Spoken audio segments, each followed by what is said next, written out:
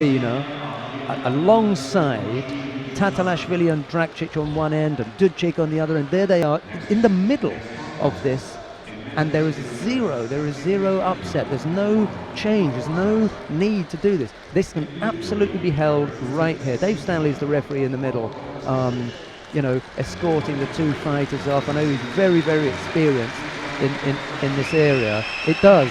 If you've not experienced visually impaired judo, and when we're going to show some of this on the adjoining mats in a minute, if you haven't experienced before, it can be really moving because the skill level is so high, the degree of commitment, the emotion as well, it's just the same. There's nothing different here, So I'm completely sold on it.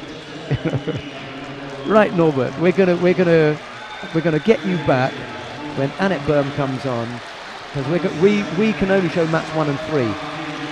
There is another broadcast that you can click on if you want to see the visually impaired judo. Now you can click on the link to mat 2 and you'll get that, but this position is 1 and 3, and we're going to go back to watch Nugzar Tatalashvili and Rok Draksic. I hope that's explained things well at home, yeah, Norbert?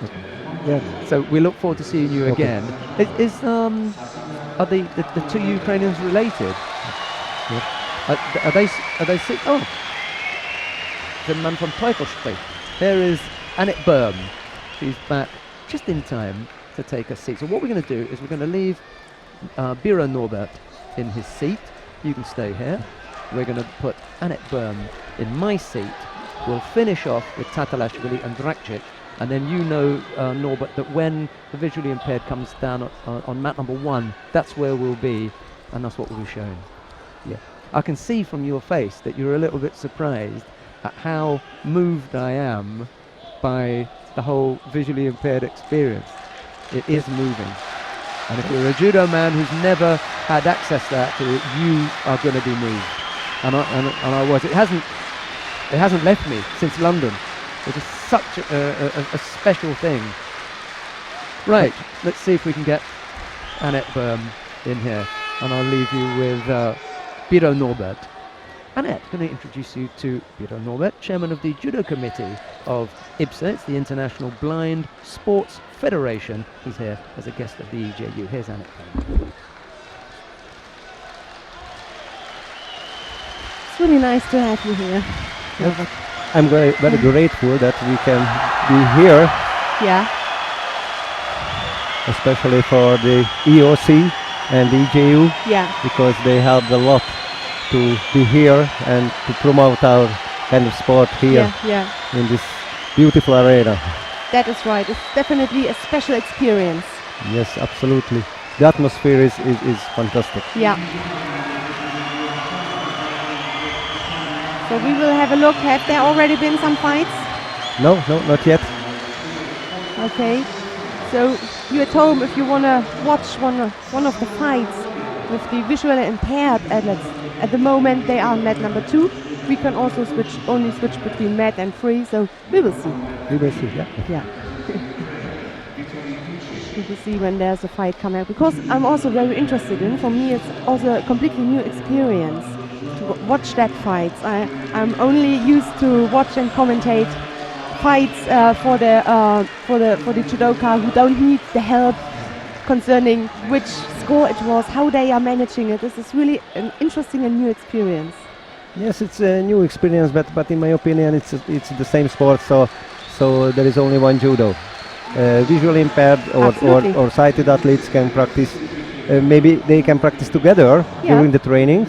And now they can compete at the same time in the same venue. It's very good for our athletes, but I think it's also good for the sighted athletes as well, because they can experience that some of the people with disabilities can practice this sport as well. Yes, and you know what? For example, Ramona Husic. She's from Leipzig, where I come from. So I know her. They are the sisters, twins. Yes. I know both of them, and we also have another girl in our club, and she's also was competing at the visually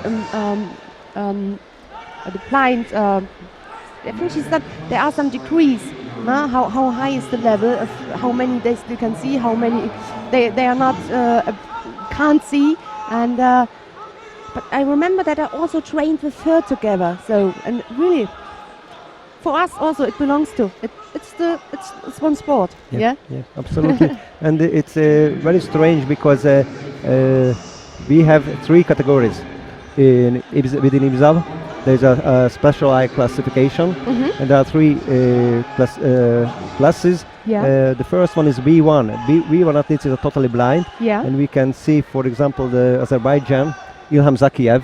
He's a great champion, and Yes. and you can see the blind athletes because they're wearing a blind red circle on the sleeves. So, and the second one is B2 category and the B3, but they compete together, and that's why we modified the normal IGF rules. Yeah. So the starting position is a normal kumikata, Yeah. and if there is no contact between the fighters, then the referee has to say mate immediately. Okay. Yeah, of course, because they need the contact. Yes, they need a They contact. need the contact. And So- that's why it's a very, very tiring kind of judo, because 5 minutes is 5 minutes. Yeah. No break, no chance to relax during the fight. Yeah, to catch your breath Yes. for some seconds. Yeah, I can imagine, absolutely. And also the referees, they really must have, they are prepared, of course, how to act on the mat. Yeah. Yes, so the role is different. That's why we in Yeah. each year organize a special education Yeah. for referees. We use the same referees, so they need to have IGFA or B license. Yes. But there is a special examination in IBSA Judo, Yeah. because there are special rules, and they as I see, they need to be very empathic Yeah. during the match, and it's very important to be in a good part of the mat, because if they are at the edge of the mat, the Yeah. referee has to say jogai. It means come back to the mat, Okay. Yeah. and So- it's a difference for normal judo. Yeah. So special commandos and special signs, which Yes, of yes, course, there are- which are necessary. Yeah, it's absolutely necessary. I like it that with these special things, they are still able to do what they love, judo. Yeah. No?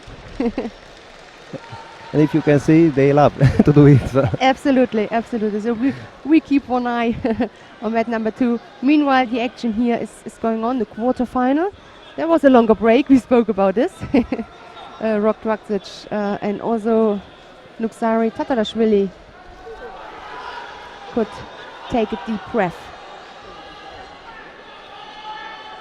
And a minute 40-odd seconds to go. Shido on the scoreboard. Oh, you can see some tape on Tatalashvili's face. It's quite hard fight. Yeah.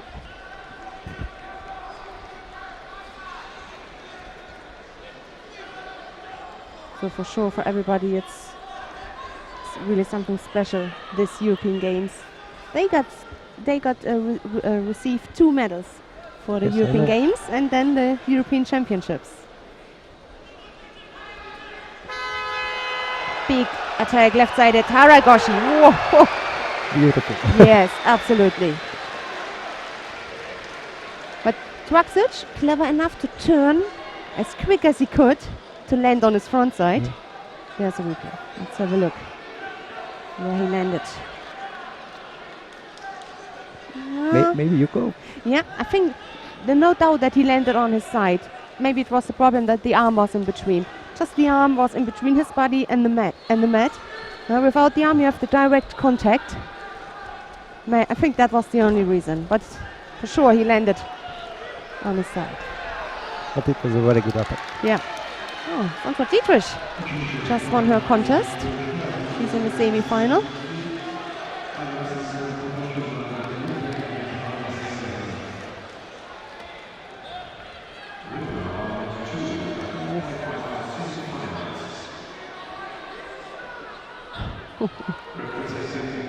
Spectacular, huh?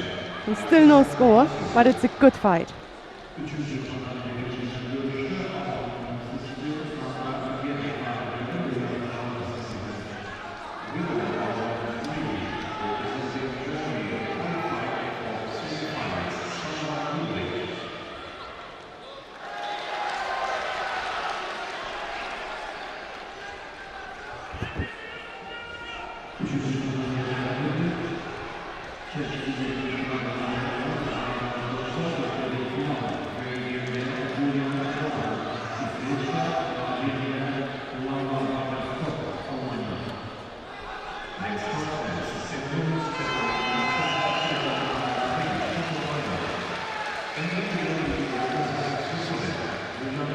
So, and that's a decision, tight decision, not a really a leading, just a slight advantage there for Nugzar Tatalashvili.